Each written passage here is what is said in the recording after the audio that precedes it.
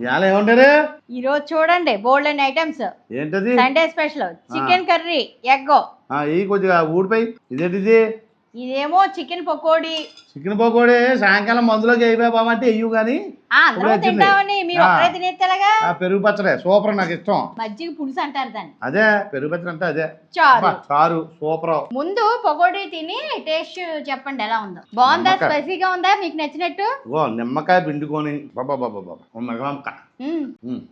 మిరపకాయ ఎంతకీ పకోడీ ఎలా ఉంది? సూపర్ ఉంది.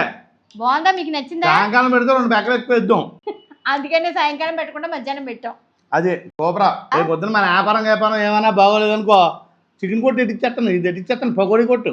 లక్ష్మి ఆంటీ అని పెట్టేయండి. నా లక్ష్మి ఆంటీ పకోడీ సెంటర్. అది ఆంటీ కన్నా చూపారు, భలే వెరైటీలు చేసి పెడుతుంటుంది నాకు. ఎప్పుడైనా అవసరం మన ఫ్యాన్స్ వస్తుంటే ఇంటికి పెడుతుంటాం మనం. అలా కాస్త పెడితే ఎక్కువ వండుతానే వండుతా ఉంటారు. తర్వాత ఏమో కామెంట్స్ పెడుతున్నారు, ఏంటి ఎప్పుడు తినేటివేనా తింటవేనా అంటున్నారు. అది మనం తింటే వ్యాపారం చూసుకుంటానే డబ్బులు సంపాదించాలని తింటుంటాం మనం. ఫస్ట్ అయితే పకోడీ తినేయాలనిపిస్తుంది. ముందు రైస్ పెట్టుకోవే. ముందు పకోడీ తినేయమ్మా పాపం.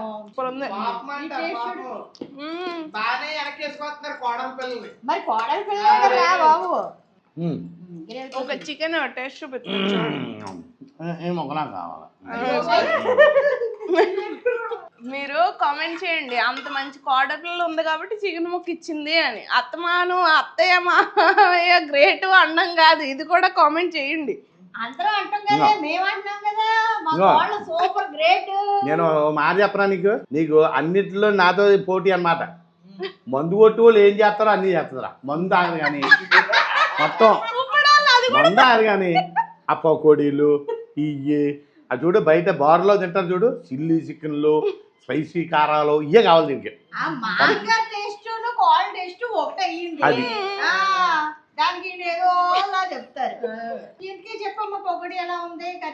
పకోడీ ఏదో అద్దరిపోయింది. ఈ గ్రేవ్ కి పకోడీ వేసుకుంటే సూపర్ ఉంది. నిమ్మకాయలు ఉల్లిపాయలు అన్ని దీనికోసమే, నా కోసం కాదు.